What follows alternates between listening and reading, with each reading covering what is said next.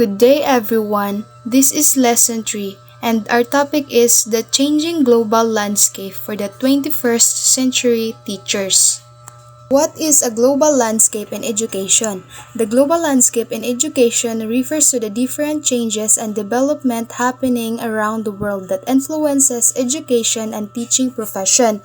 It is how education is changing worldwide due to globalization, technology, cultural diversity, and new methods. Globalization and its influence on teaching.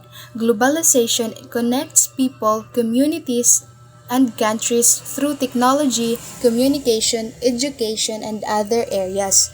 Because of globalization, teachers and learners can now access information and educational resources from different parts of the world.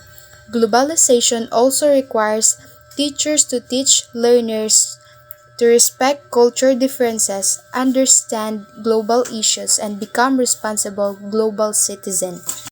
So, next is digital technology and new learning environments. Digital technology gives teachers different ways to make learning easier, more interactive, and engaging.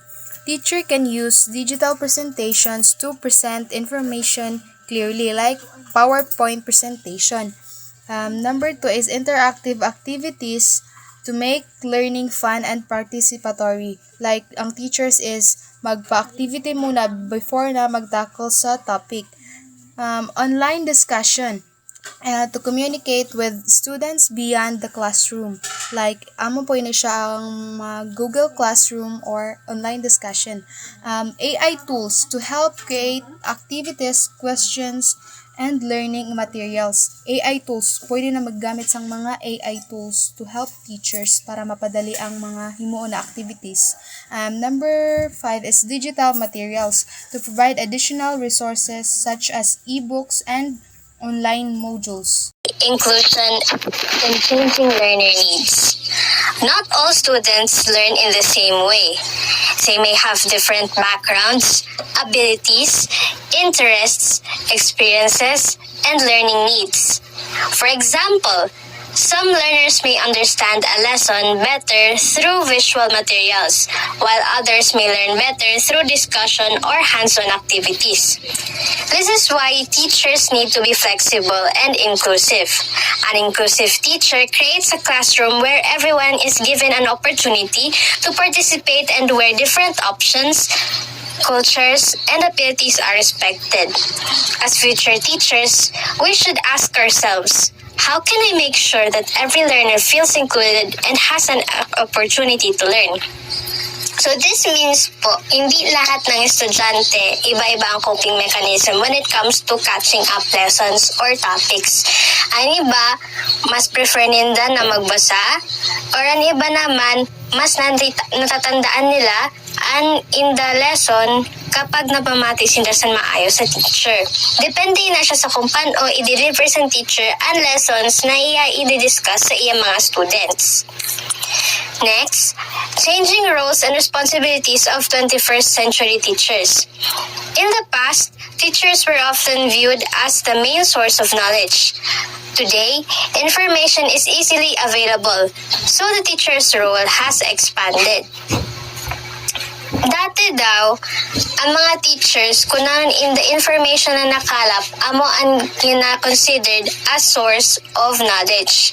Kumbaga, hindi man kasi dati uso ang internet, so more on libro, kag libraries hindi nagakuha sa source. So kapag ganisan na teacher nagadiscuss in the students sa panahon, ang knowledge na nakukuha sa teacher na ginashare niya sa iyang mga students are considered as the prior knowledge or the prior source na kailangan adalan sa iyang mga estudyante. Sugad, kinauso na ang social media kag internet, kumbaga, ang ginashare na lang sa teacher is mga pahapyaw na lang, considered as counterparts sa mga information na nakalap sa mga estudyante sa internet. A 21st century teacher is a facilitator, mentor, collaborator, technology user, and problem solver. So, hindi siya na makatangian sa isa na 21st century teacher, more on makabago siya Important competencies of a 21st century teacher: adaptability, digital literacy, communication, collaboration, critical thinking, creativity, and lifelong learning. Siyempre, as a 21st century teacher, damo-damo kan kailangan i-adapt para mas makuha sa students mo ang imo gin-discuss. Nakadepende din naman yan sa curriculum kung paano mo i-apply ang imo way of teaching your students. Sa adaptability naman, they must be able to adjust to new situations, technologies, and learner needs. So, naga-fit in man ang isa na teacher sa paano na paraan ninda i-disseminate an information. Pag digital literacy naman, dapat maaram sinda sa paggagamit sa digital technology responsibly and effectively para mag-guide man ninda in the mga students sa kung paano ninda makuha ang topic na iya ginadiscuss. Communication, which is one of the most important talaga sa isa ni teacher kag student, and strong communication.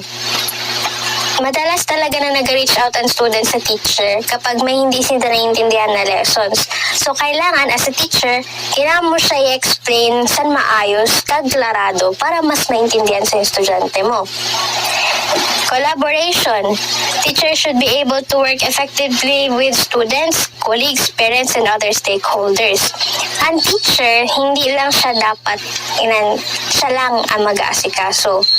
Maging effective ang iya pagatukdo kung magamuligan sinda sa iya mga students, colleagues, parents, or other stakeholders para mas madali makakatsapan ni sa na bata.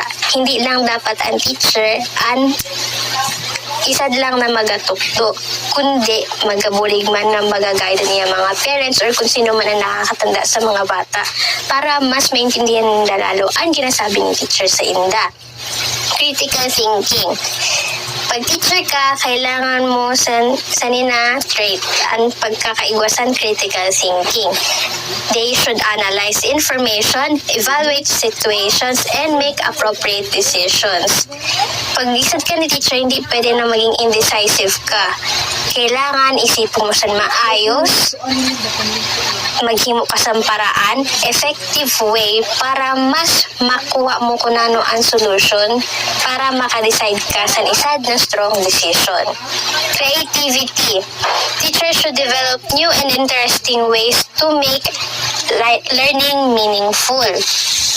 Creativity, adin ang mga tactics sa kung paano ni teacher i-disseminate an information sa iya mga estudyante.